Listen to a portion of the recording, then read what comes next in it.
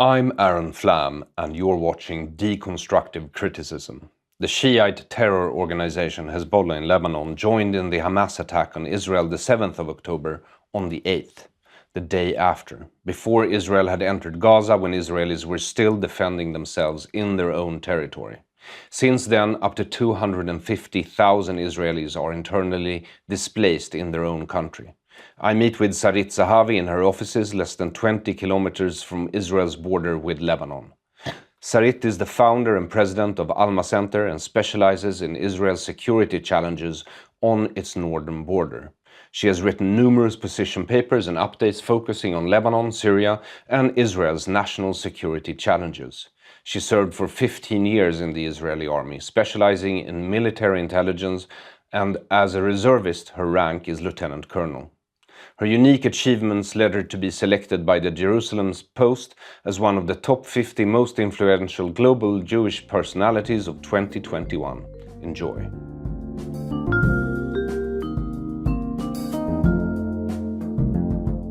Mrs. Sarit Zehavi, welcome to Deconstructive Criticism. Thank you for having me. I usually start with a very simple but extremely complicated question to all my guests. Who are you? I am the founder and president of Alma Research and Education Center. Yes, and before that? I am a retired lieutenant colonel from the Israel Defense Forces. I was an intelligence officer. And your family is originally from? I was born here in Israel. My father was born in Damascus. His mother was born in Beirut. My mother was born here. My grandmother from my mother's side was born here in Hebron. And my grandfather from my mother's side was born in Isfahan in Iran. Okay.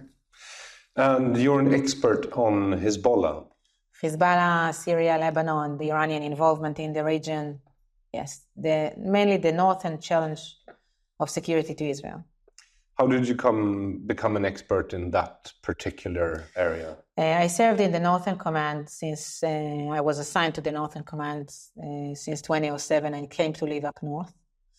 And when I ended my service about a decade ago, I decided that I wanted to continue to talk about it and to research these issues, that I did the same thing in the Army. So it was a process. I also have MA in Middle Eastern Studies, so practically all my life I knew that I wanted to be an expert for the Middle East and what is happening here. And in the past 20 years, I focused more on the North. And you speak Arabic? I understand. I can't say I speak because I never studied the spoken language. I studied the literature language, so I understand. I can read. And Farsi?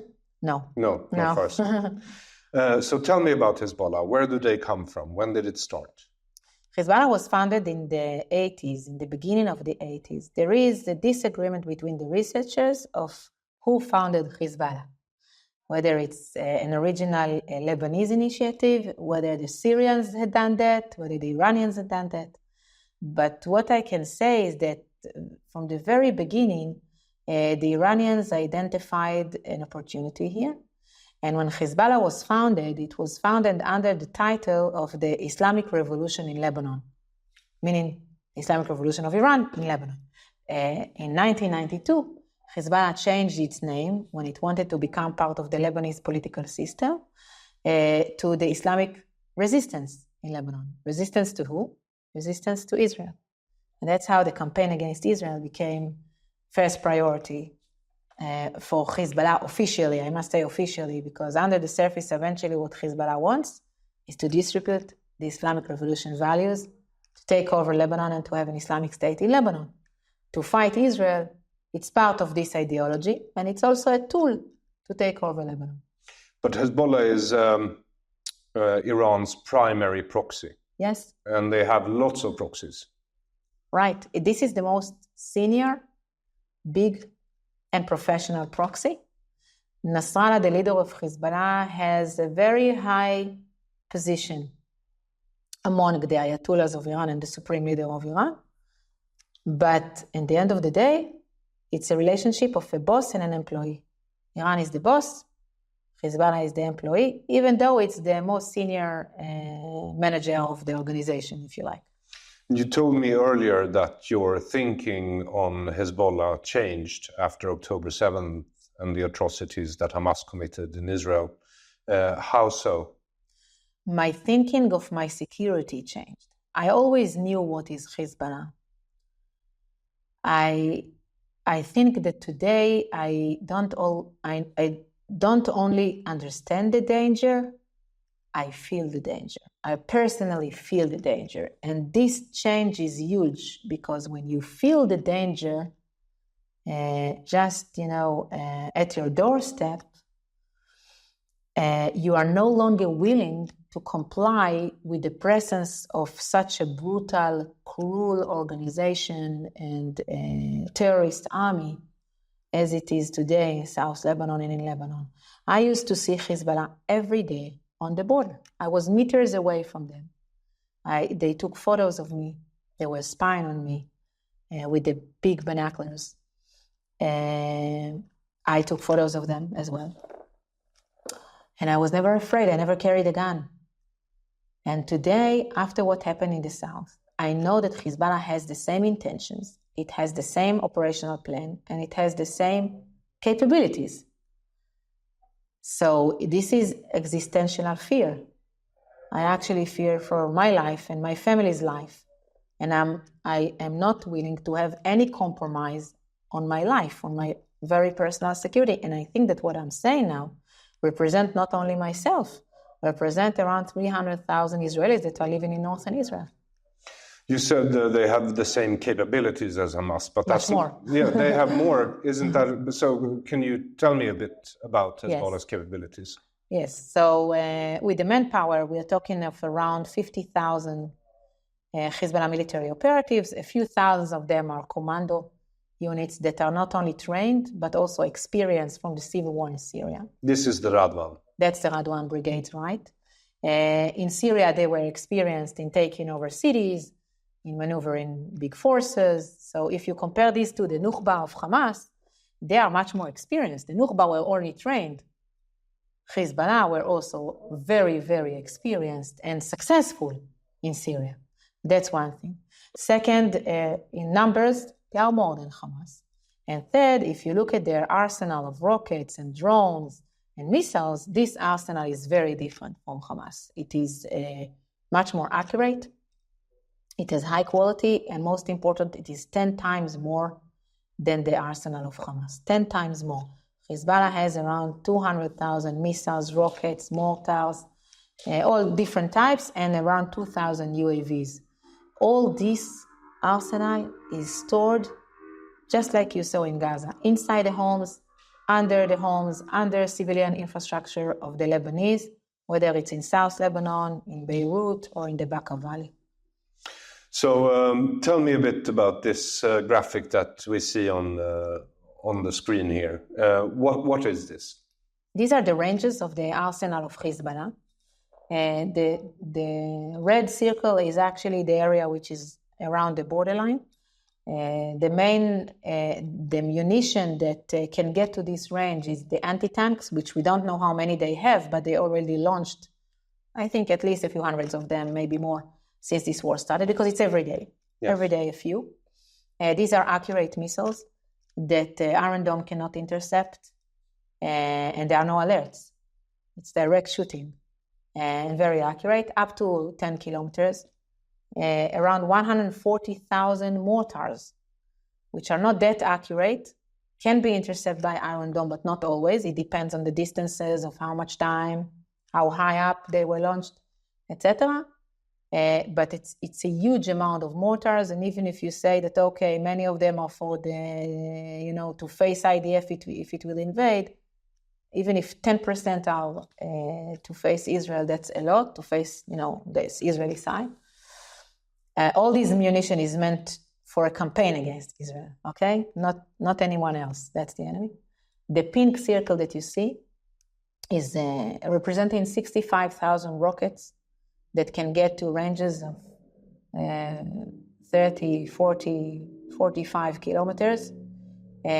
Some of them are accurate, a small amount, probably a few hundreds. We don't know exactly, okay? It's evaluations, but we understand today that Hezbollah made a project to also make these rockets of a few tens of kilometers to make them accurate. GPS guided. Yes, in a way. But you don't need, it's not direct shooting. You set it and it flies, that's it. And it lands when you set it. The orange circle is for rockets which their range is around 200 kilometers, a little bit less, something of the sort. This is Jerusalem. If you launch it from the borderline, it can get to Jerusalem. Israel is very small. And the last two circles represent the missiles that can get to 300 kilometers, maybe more. There are various types here, okay, in this. Well, from each type you have, I don't know, a few hundreds or a few thousand. It depends on the type. Again, very few are accurate. Very few, meaning maybe a few tens are accurate. And also in these circles, you have 2,000 UAVs that were used in the current war against us. Actually, you know, the oldest reservist soldier that was killed in this war was killed in the northern front from a direct hit of a UAV. He was 53 years old. A suicide drone. A suicide drone. They used mostly suicide drone, and a little bit they used also drones for intelligence gathering. And here you can see how much time we have to run for shelter. So practically, if we hear the sirens here, we have 15 seconds to run for shelter. I can tell you that it doesn't feel like 15 seconds. You know, I had an argument with my mayor. I told him, no way it's 15 seconds. You're just promising stuff. It doesn't happen, because I never made it on time in my home. I never made it on time. In your home? In my home. I never made it on time. I was in my home. I heard the alerts. I had to get the family into the shelter. Never happened. And then he made an exercise and he proved me that it's 15 seconds. Mm-hmm. But it's really a short time. It's not enough. And where is Tel Aviv on this map? Somewhere over here. Okay, so most of their arsenal can almost reach Tel Aviv. I mean, I can't say most of the arsenal, but a few thousands can get to Tel Aviv, and maybe more. And the only safe place in Israel is basically from Hezbollah. The drones can get to Eilat. We have drones that are coming from the Houthis. Okay. Trying to get to Eilat. The threat covers all of Israel. So, in your opinion, what should be done about Hezbollah? If you were the prime minister, what I can say Kaiser of every solution comes with a tag price. Okay, we need to understand it. The world is talking about a diplomatic solution. Okay, it could work if it is a solution. If it is just an arrangement for a ceasefire, it's not a solution. It's a ceasefire. And ceasefire means that Hezbollah will be capable of preserving its military capability. And as I've said, this is unacceptable.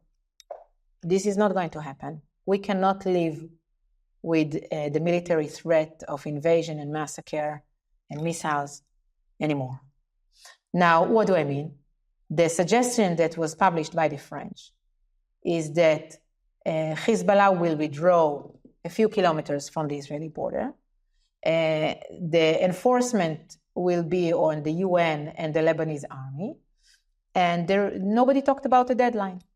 So first, I think that there should be a deadline.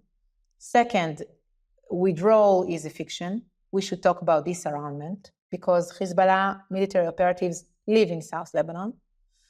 Because if they withdraw, it's a few kilometers they can drive back. And if they preserve all their military capabilities and the headquarters and the missiles and the weapons, they drive back, they take everything that is already there, and they continue to Israel. But there is a UN resolution that the south of Lebanon is to be demilitarized. No, the UN resolution says that South Lebanon, in depth of around 25 kilometers from the Israeli border, should be empty of any illegal weapon, meaning that it's legitimate for the Lebanese army to be there. It's okay. UNIFIL with 10,000 soldiers, UN force with a lot of European forces, by the way, is there as well. It is an armed force, UN armed force. But it never happened. This arrangement never happened. It's been more than 17 years since this UN Security Council resolution that didn't create an effective enforcement mechanism. They didn't have a deadline, and Hezbollah never respected the resolution. Never, from day one. The only thing Hezbollah had done was to hide and conceal its military presence in South Lebanon until, we say in Hebrew, the shame died, until they got to the point that they didn't have even to conceal. They were openly marching and observing on the borderline and deploying with guns, with uniforms, with cameras, whatever. But what is UNIFIL doing then? Nothing. And the Lebanese army?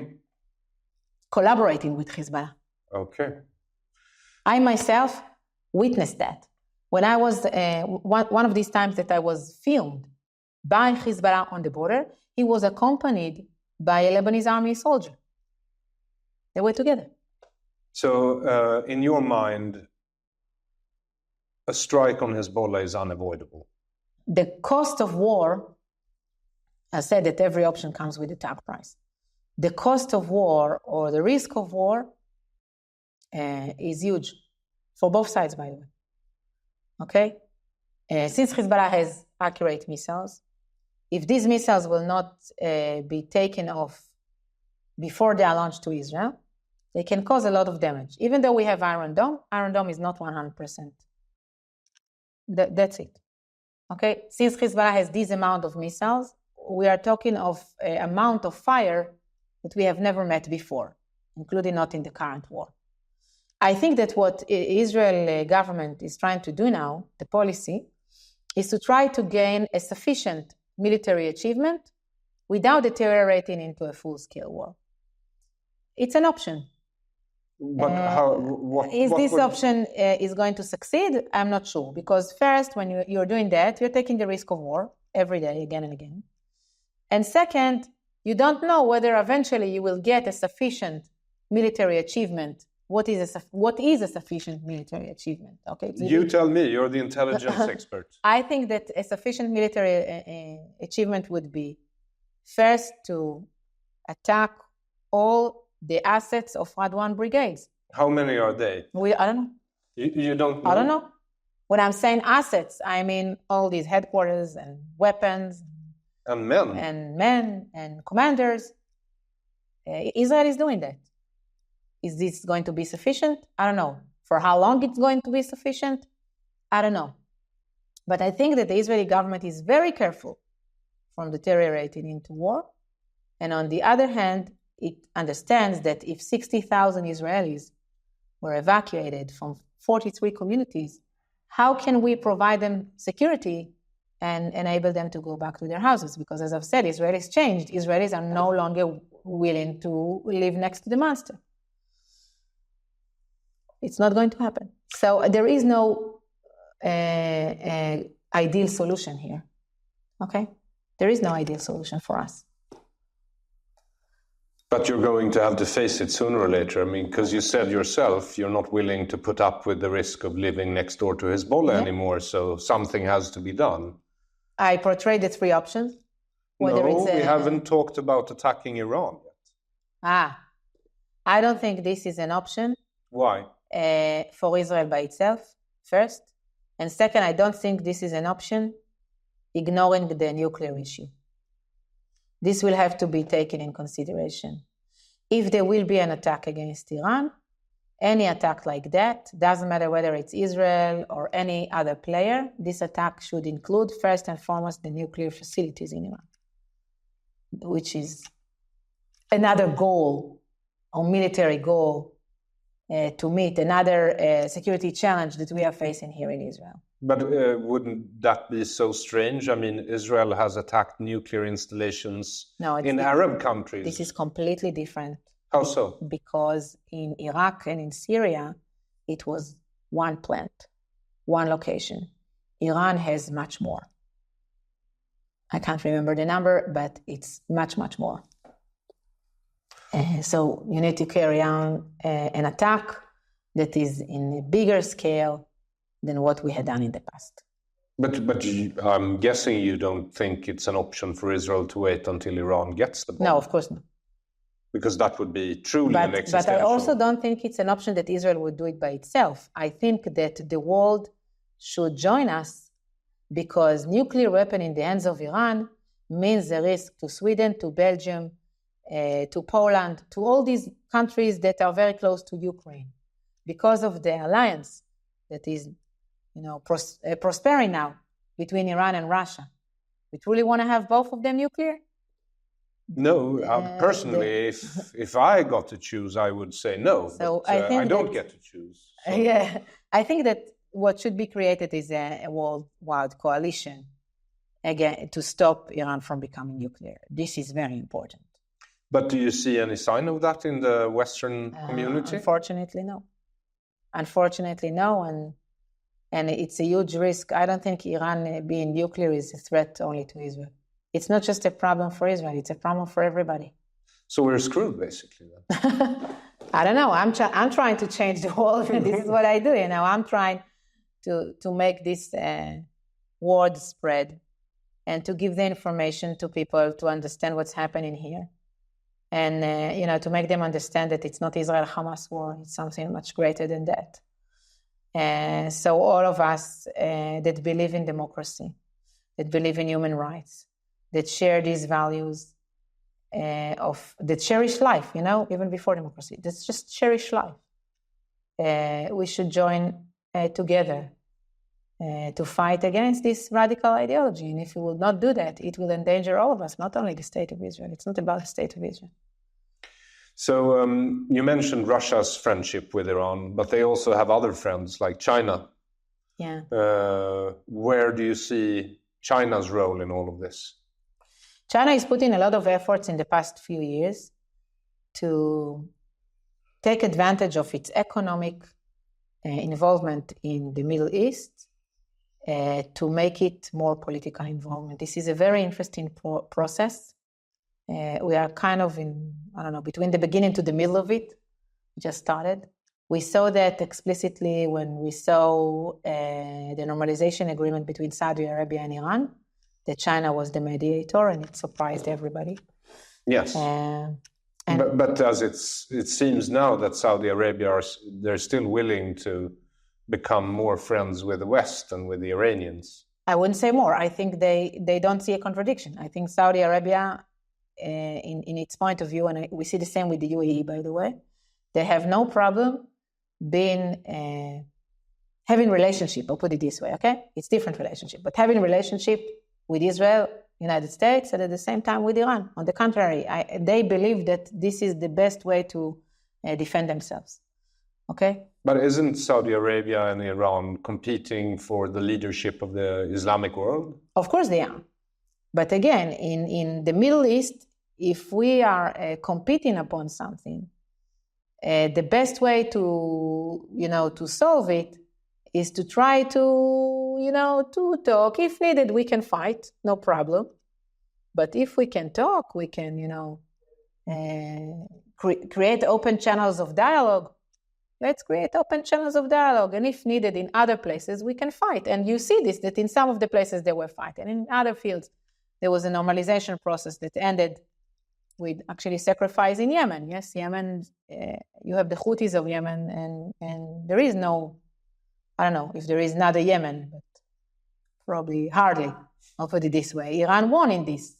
This normalization agreement didn't end up in the disarmament of the Houthi rebels. Saudi Arabia lost in this campaign. Nobody's talking about it, actually. And the Houthis are another Iranian proxy. Yes. So how many proxies does Iran have? Wow.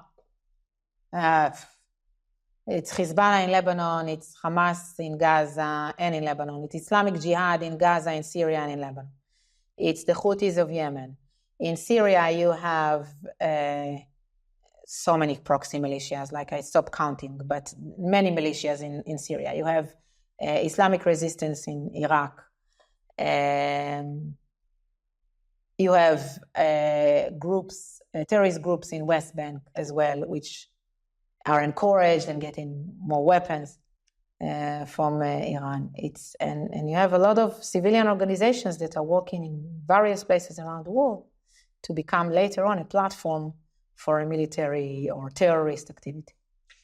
Yes, when we talked earlier, you said something about Hezbollah in Sweden and Norway. And they are right now social organizations or what?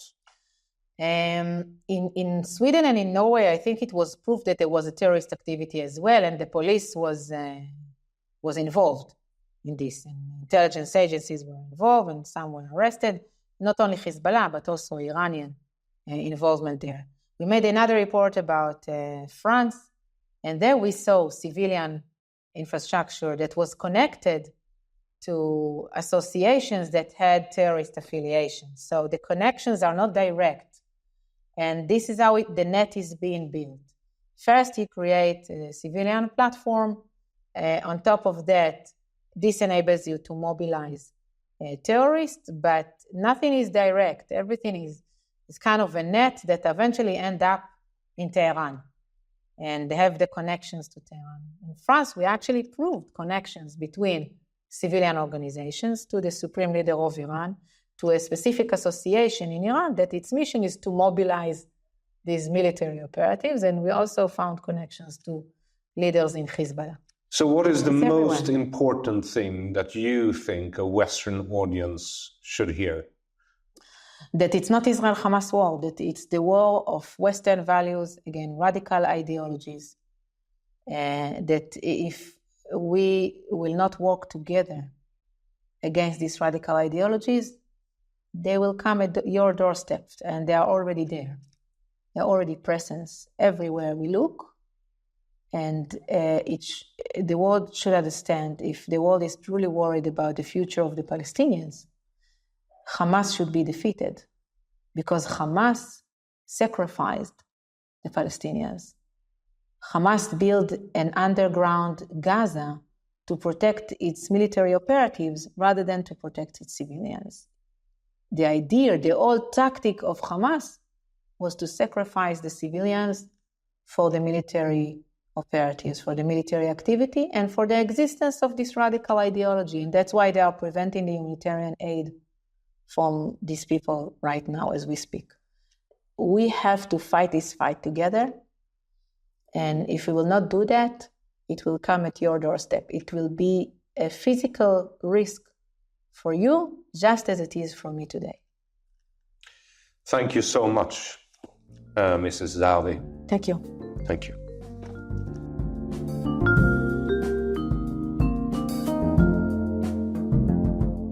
Thank you for watching or listening to Deconstructive Criticism. This episode's guest was Sarit Zehavi, and you can find more information on Alma Center on their webpage, which you'll find linked in the description below. And an extra thank you for supporting Deconstructive Criticism. A special thanks to you who have made a larger donation for this trip to Israel to become a reality. But also to you who are a Patreon at patreon.com/AaronFlam, or donate per episode if you live in Sweden via Swish on 0768 943737, 0768 943737. I am Aaron Flam. Until next, have a good unit of time.